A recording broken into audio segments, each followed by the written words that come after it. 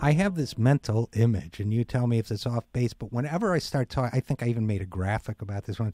Whenever I start talking about financialization, I think of those giant flying saucers in Independence Day that, remember, they learned they go from planet to planet and they just suck everything out of every possible resource out of the planet and leave this sort of smoking hulk, and then they go on to the next planet. I mean, that's a little excessive, I grant you, but Mike Konczal, isn't there something that said, aren't you really saying that it creates the wrong incentives and it's gaining too much influence economically and politically?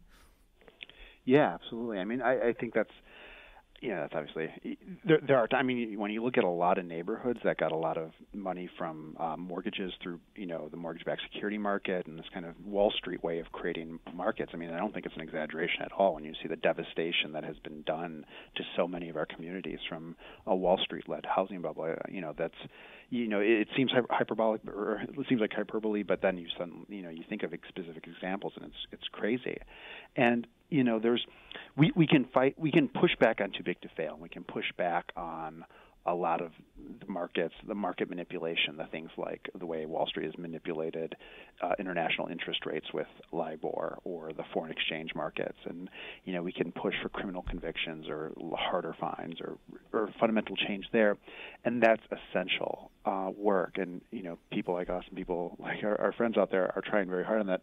But, combating some of these other ways finance reorganizes the economy scares me because I think it's very difficult. Now, on the other hand, though, it wasn't always this way, and it was a specific project carried out by finance, by intellectuals, by conservatives in the and neoliberals in the 70s and the 80s. And there's a lot of energy that goes into keeping it going. So it almost tells us how unnatural it is for everything to be dictated by finance's terms. And it does say that there's a way to push back against that. I think that part of the ideology and part of the sales job of the financial sector and the intellectual allies that are driving this is the notion that this is just inevitable. This is the way capital works. This is the way money works. And this is economics, and submit. Basically, you will be assimilated.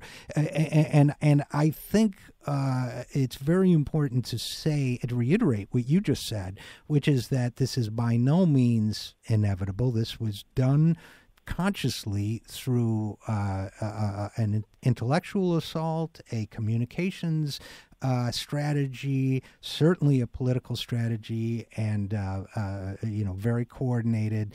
And as you say, there's a lot of people kind of working hard to keep this thing afloat.